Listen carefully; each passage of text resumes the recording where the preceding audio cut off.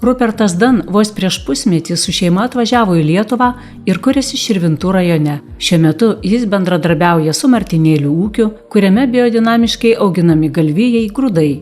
Rupertas iš Velso atsivežė raugą, malūną ir krosnį, duonai iš senovinių veislių grūdų gaminti. Jam patinka amatas, kurio mokėsi Prancūzijoje ir žinoma Lietuva. Rupertas sako, kad gyvą duoną kepti jį moko miltai. Rupertai, kepate Lietuvoje biodinaminę duoną ir šitą tradiciją atsivežėte iš savo gimtųjų kraštų. Reikia pradėti su mano lietuviškai. Mano duona, šitą duoną visa spelta, senovinė spelta verslo. Visi grūdai iš Martinėlių šeimos ūkis, mano naujas kapiklarija ant šitą ūkis ir mano malūnas, akuma malūnas iš Prancūzija.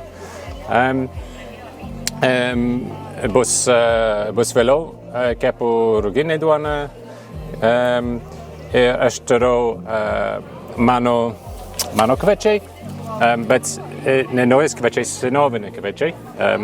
Labai daug verslus, 100 verslus, raudonas ir baltas, ir su barždas, be barždas, labai daug,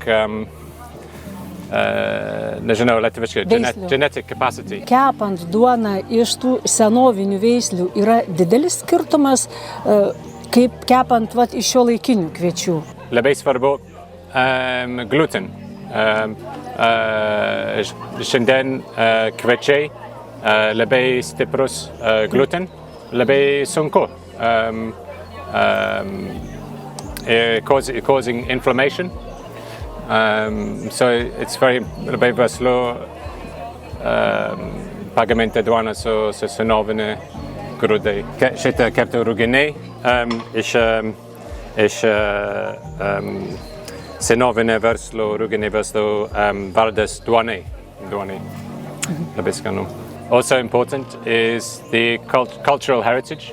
Rupertas pabrėžia, kad labai svarbu išsaugoti tradicijas, nes tai yra mūsų kaimo kultūros ir ūkininkavimo paveldas.